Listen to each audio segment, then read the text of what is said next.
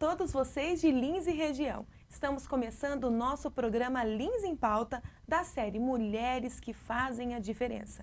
E hoje a convidada indicada pelo vereador Ailton Gomes é a Elisete Peixoto de Lima, que tem uma vasta experiência na educação, no voluntariado e no trabalho da comunidade. Está inserida em diversos setores da comunidade linense e vai contar pra gente sobre a sua trajetória, sobre as suas experiências, deixando para você que está nos assistindo uma experiência de vida, um testemunho, uma inspiração, para que você também faça a diferença.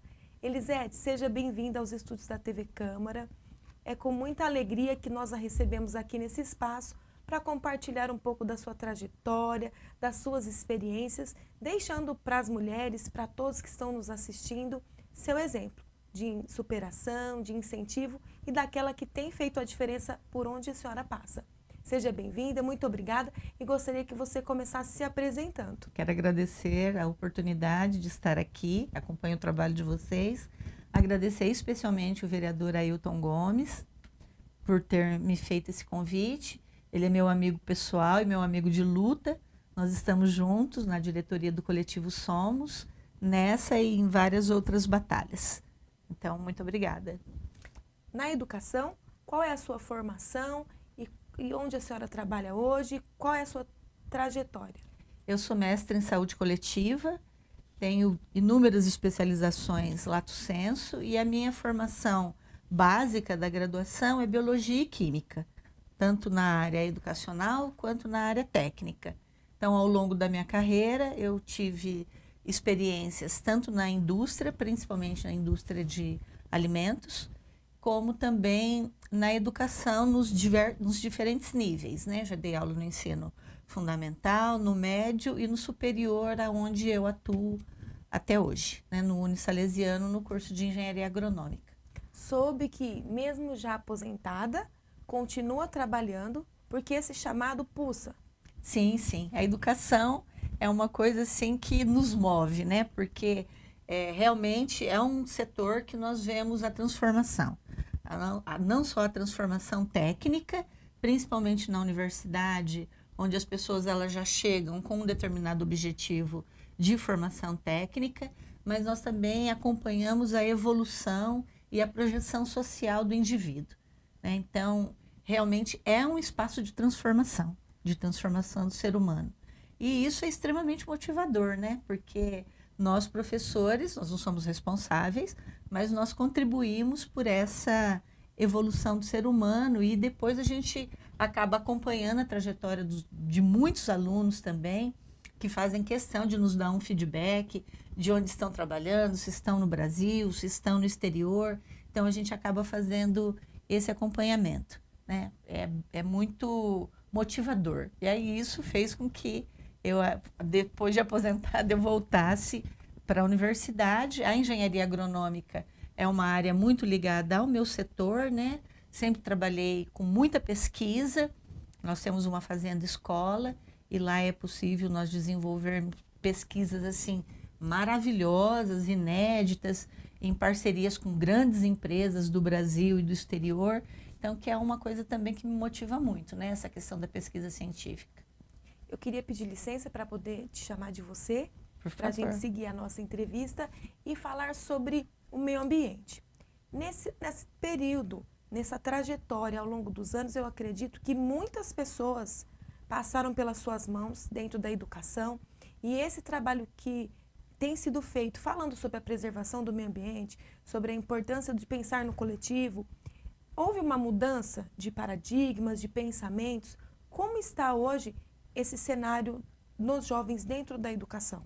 Olha, dentro da educação, eu acredito que houve uma transformação muito significativa, né? Porque muitos professores, nós temos a concepção de trabalharmos, antes da conscientização, a sensibilização, né? Eu, particularmente, acredito que sem a sensibilização não muda de postura, ninguém muda de postura, mesmo conhecendo o problema, né? Então, eu vejo que a forma de, muitas vezes, de você lidar com a criança ou com o jovem e mostrar a responsabilidade ou a corresponsabilidade que ela tem nessa questão do pertencimento ao ambiente, né? Não de um mero espectador ou de uma mera espectadora, mas realmente de pertencer àquilo, porque não existe eu e a natureza, nós também somos a natureza. Né? Então, enquanto as pessoas elas não incorporam essa coisa do eu como um todo, né, como parte da natureza, a gente não consegue ter nenhum avanço. Então, os professores, na maioria das vezes, eles são corresponsáveis. E o que é muito interessante é que depois as crianças e os jovens, eles acabam sendo multiplicadores disso, né? Nas famílias, nas comunidades onde eles moram, e isso acaba, então, sendo uma crescente. Então, assim, de quando eu comecei a lecionar, pensando na minha trajetória enquanto aluna acadêmica, eu acredito que houve uma medida muito significativa. Chegamos no ideal? Não, né? É um trabalho de formiguinha que a gente tem que fazer no dia a dia, no cotidiano, né? Lembrar que não pode ter só ações pontuais, né? O dia disso, o dia do meio ambiente, o dia da água, o dia da árvore, o dia do rio, o dia, etc. Mas são atividades e são ações que nós precisamos trabalhar no cotidiano escolar, no cotidiano do trabalho, no cotidiano familiar. E aí, né, qualquer ação positiva que a pessoa tenha, com certeza ela vai fazer a diferença. Essas ações de respeito à natureza, ao meio ambiente, você acredita que se estende também à relação que as pessoas têm com respeito à diversidade, com respeito ao outro? É uma conscientização que parte de um ponto, quem respeita a natureza, respeita os animais, respeita uns aos outros. Esse ponto do respeito na sociedade, como que você avalia? Eu avalio assim como uma situação que precisa ainda ter um grande avanço, né? Mas eu também acredito que muitas coisas boas já aconteceram e que ainda estão acontecendo e que vão acontecer, né? Porque as pessoas elas são criadas dentro de um quadrado, dentro de uma caixinha. Né? E elas acabam reproduzindo aquilo que a sociedade, ou que a maioria da sociedade julga como correto, ou que negligencia muitas coisas, né? E eu acho que hoje essas caixinhas elas estão se abrindo e as pessoas elas estão se permitindo a ter outras experiências e a enxergar o ambiente, e a enxergar a diversidade, qualquer que seja ela, de uma forma mais consciente, de uma forma mais sensibilizada e de uma forma realmente de respeito. Olha, eu tenho que respeitar o diferente, porque ninguém é igual a ninguém, né? Não existe igualdade, existe semelhança. E nós temos que lutar pela equidade. Mas a gente achar que todo mundo é igual, não é, né? Porque cada cidadão é um universo e traz consigo todo um contexto histórico, familiar, social, e é essa construção que depois ela precisa se expandir para uma construção coletiva de respeito ao outro, né? Qualquer que seja ele. E dentro dessa sua trajetória, eu soube que teve uma parte de sua vida que você dedicou a trabalhar com os indígenas. Como foi essa experiência? Foi uma experiência, assim, singular na minha vida, né? Eu tive a oportunidade de fazer parte de um projeto que é chamado de Projeto Xamã. Esse projeto ele está inserido na Escola Paulista de Medicina, na Universidade Federal de São Paulo, na Unifesp, e na ocasião nós fomos convidados para trabalhar na formação de auxiliares de enfermagem indígena. Então nós formamos a primeira turma de auxiliares de enfermagem indígena no Parque Indígena do Xingu e no Brasil, e nós passamos a ser referência, né? Então foi um trabalho de vários anos, em que parte desse trabalho nós fazíamos em campo, né? Nós fazíamos nas aldeias, por todo o Xingu, que é uma área muito vasta, e outra parte que nós desenvolvíamos e nos preparávamos aqui em Lins ou em São Paulo, na universidade, e depois nós íamos aplicar lá na terra indígena do Xingu. É um contato que eu ainda tenho com a população, né? Eu tenho uma filha médica que também foi desenvolver um trabalho de atendimento lá no Xingu recentemente, Então a gente vê que a coisa ela vai sendo meio que hereditária, né? A mãe iniciou um trabalho lá, as minhas filhas tiveram a oportunidade de conhecer o parque quando elas eram adolescentes e depois voltarem lá também enquanto profissionais. Não só com a população indígena do Xingu, mas eu também fiz um trabalho muito bacana com a população Chavante e Bororo, lá no Mato Grosso. O salesiano tem uma missão indígena, que é a missão indígena salesiana, e nós também passamos uma temporada lá trabalhando com essas duas etnias, que foi bastante rico também. E outras experiências mais pontuais, né? Mas essas foram experiências mais contundentes, digamos assim. E dessa experiência, tem algum fato que te marcou? Ah, tem muitos fatos que me marcaram, porque quando a gente vai trabalhar em área indígena, a gente tem um choque intercultural, né? Porque cada etnia é um universo, e um universo muito diferente do nosso, né? Então, quando nós chegamos numa área, a primeira coisa que nós temos que fazer é estabelecer as relações, né? Tentar entender aquele universo, se inserir naquele universo, mas dentro de determinados limites que são, eu não diria impostos, né? Mas que são limites da própria comunidade, da própria etnia. Então, a gente tem que ter muita delicadeza nesse trato, né? E eu acho que os fatos marcantes, assim, do trabalho cotidiano foram muitos. Claro que eu fui trabalhar ciências lá, é completamente diferente de trabalhar ciências aqui, porque a forma que eles enxergam o corpo humano ou enxergam o meio ambiente é muito diferente da nossa. E nós tivemos experiências fantásticas lá. E eu acho que é a oportunidade também que a gente acaba tendo de participar de alguns rituais, né? Eu participei de vários rituais lá e que são, assim, marcantes, que são inesquecíveis. Como, por exemplo? Eu acho que um dos rituais mais interessantes que eu participei é um ritual chamado Quarupi, que é um ritual que faz uma homenagem a uma pessoa importante que morreu no ano anterior. Né? Então, durante essas festividades, 2 dias é dedicado a essa pessoa, né? Eles estão revivendo um luto. Né? Então, toda a família, os amigos, eles vão se reunir, tem todas as canções e rituais que vão acontecer, porque é uma forma que eles estão libertando o espírito para a terra dos mortos, né?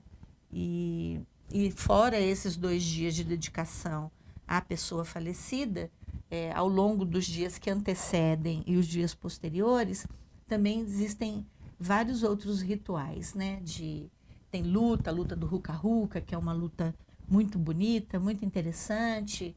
Tem as meninas que estavam reclusas durante 2 ou 3 anos e que, assim, no nosso ponto de vista, elas vão ser apresentadas para a sociedade. E é muito rico, é uma cultura maravilhosa, né? Claro que isso não acontece no Xingu, né? Sim. Isso acontece no Alto Xingu.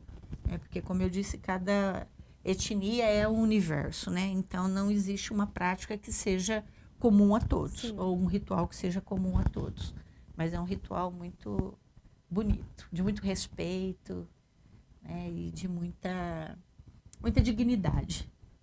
Eu agradeço por compartilhar com a gente assim, esse tipo de experiência que, às vezes, no nosso dia a dia, no nosso cotidiano, a gente não tem a oportunidade de conhecer e saber que existem esses rituais, existem essa cultura que ainda acontece, né? Porque a gente, como você disse há pouco, existem as datas, como existe o Dia dos Povos Indígenas, que não é mais o Dia do Índio, agora mudou, né? Os povos originários, né? Então, a gente vê uma data, mas não tem essa vivência, né?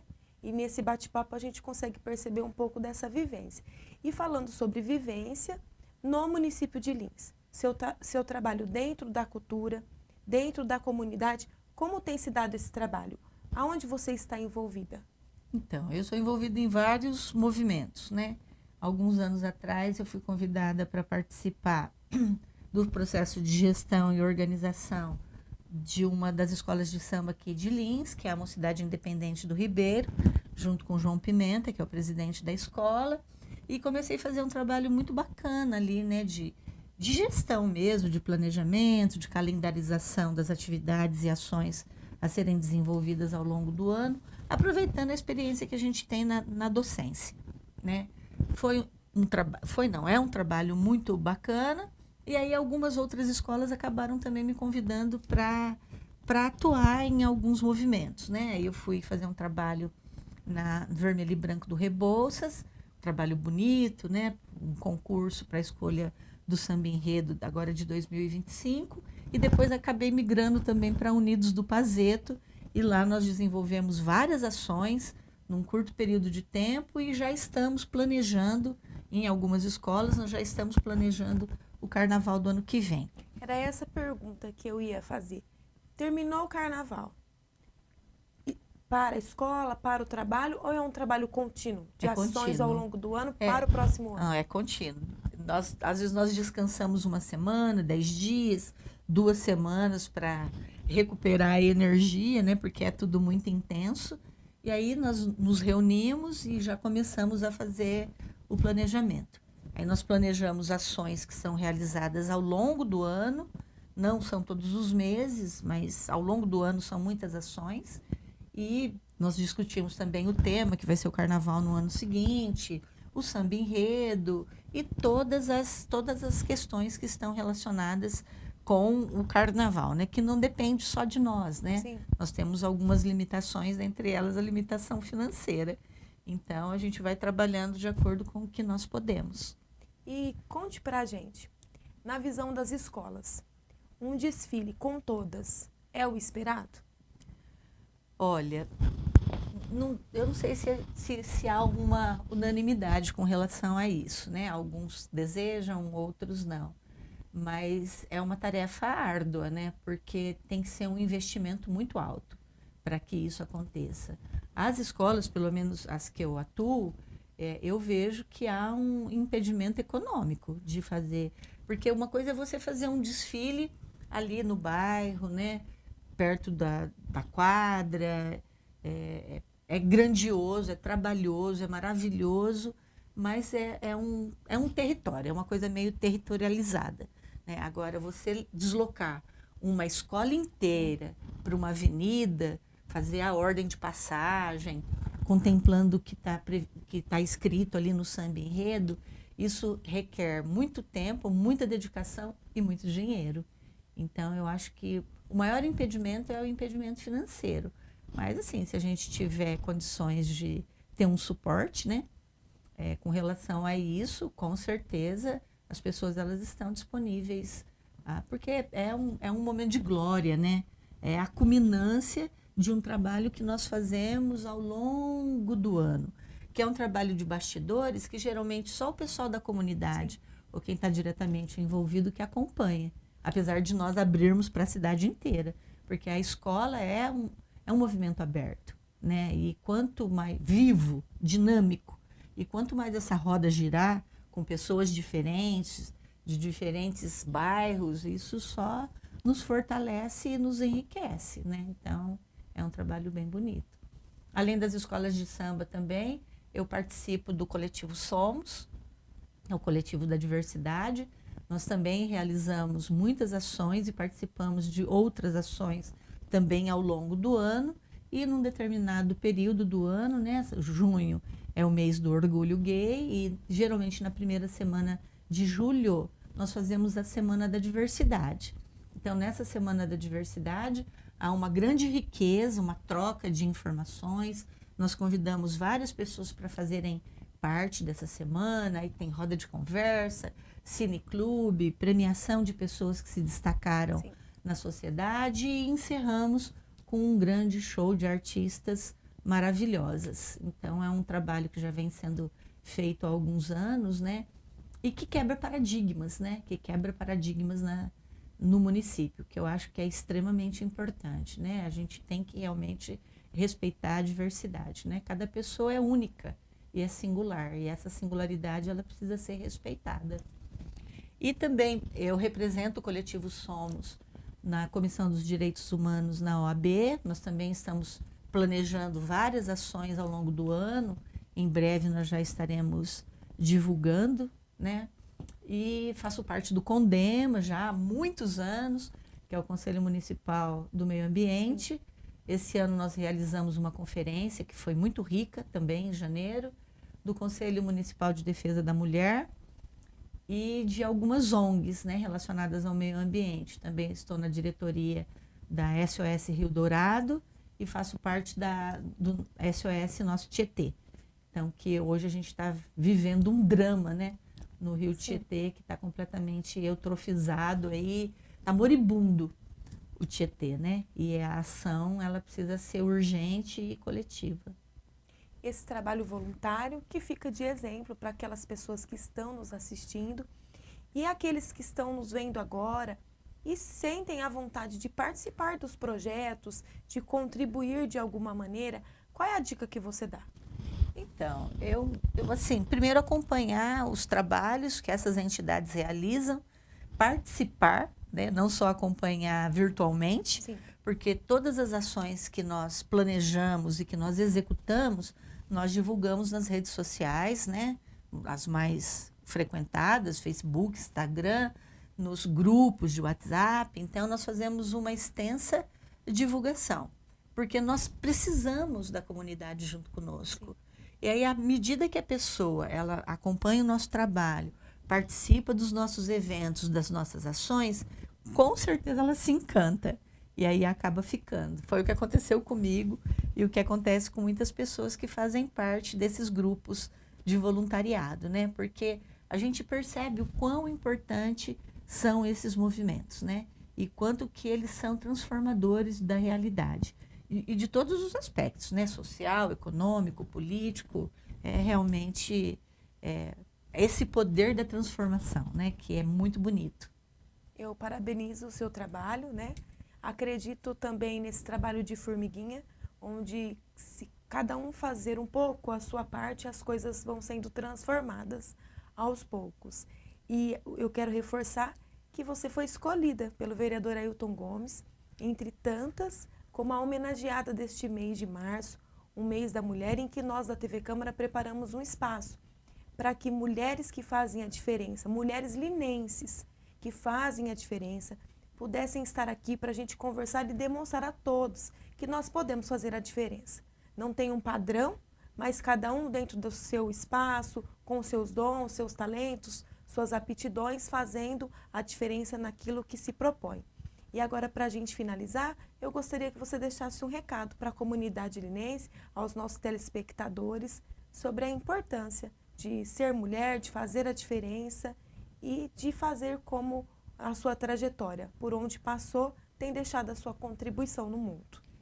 Eu penso assim, que qualquer pessoa, especialmente nós mulheres, que temos uma força vital maravilhosa, tem algo a contribuir na sociedade. Sim. Né?